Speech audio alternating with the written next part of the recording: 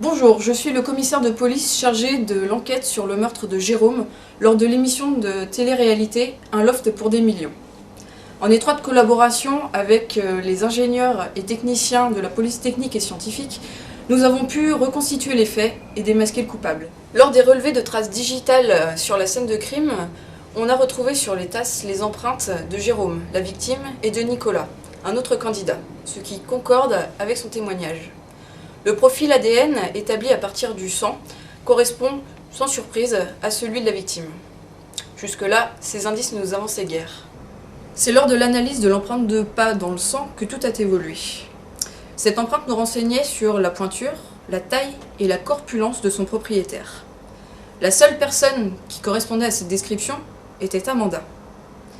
Mais en rencontrant Émilie, la réalisatrice technique, je me suis aperçue qu'elle avait exactement le même gabarit. Le soir du meurtre, une seule caméra a été bloquée.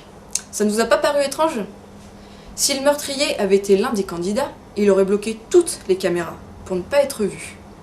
Or, seule Émilie n'avait pas à se préoccuper de ce détail, puisqu'en tant que réalisatrice technique, elle gérait la diffusion de l'émission. Donc, le simple fait d'être filmée ne lui posait aucun souci.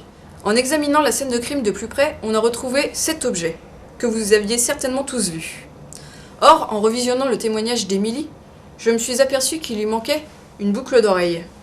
Preuve qu'elle a menti et est entrée dans le loft cette nuit-là. Donc, le coupable est Émilie.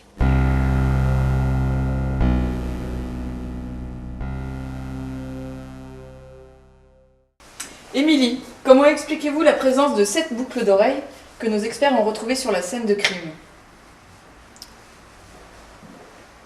Pas possible. Je pourrais avoir un verre d'eau, s'il vous plaît?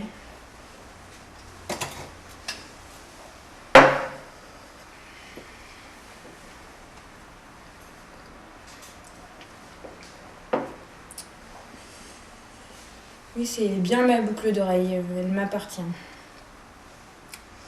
Jérôme était mon fiancé, on voulait partir dans les îles tous les deux et on n'avait pas assez d'argent. Donc j'ai essayé, je me suis dit que ce serait une bonne idée de le faire rentrer dans le jeu. Donc je l'ai briefé, je lui ai expliqué ce qu'aimait le public. Et puis voilà.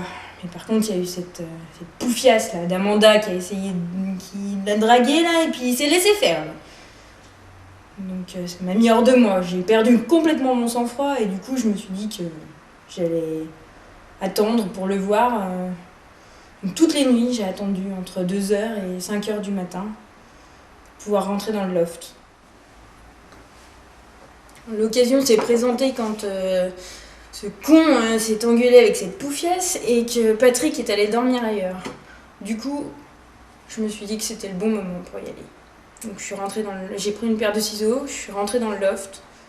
En entrant dans la chambre, j'ai pris un t-shirt pour camoufler la caméra, je l'ai trouvé par terre, comme ça je me suis dit qu'on croirait que quelqu'un voulait pas être vu.